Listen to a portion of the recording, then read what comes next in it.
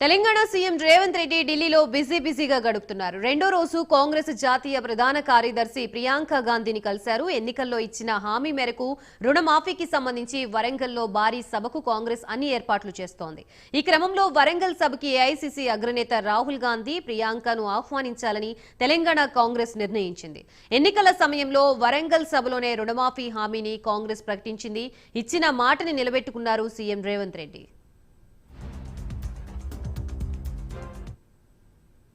CM deputy CM Bhatti Vikramarka, మంత్రి ఉత్తమ్ కుమార్ రెడ్డిలు ప్రియాంక గాంధీని కలిశారు. కాంగ్రెస్ రాష్ట్ర వ్యవహారాల ఇన్ఛార్జి దీపాదాస మున్షి కూడా ఉన్నారు.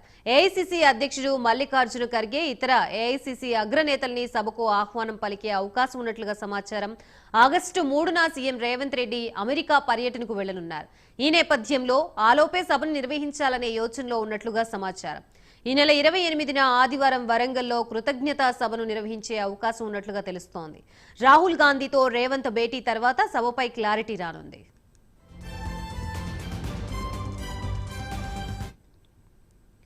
కేంద్ర పెట్రోలియం మినిస్టర్ హర్దీప్ సింగ్ పూరీని కలిశారు సీఎం రేవంత్ రెడ్డి. తెలంగాణలో 500కే గ్యాస్ సిలిండర్ సరఫరా చేస్తున్న విషయాన్ని కేంద్ర మంత్రికి తెలియజేశారు.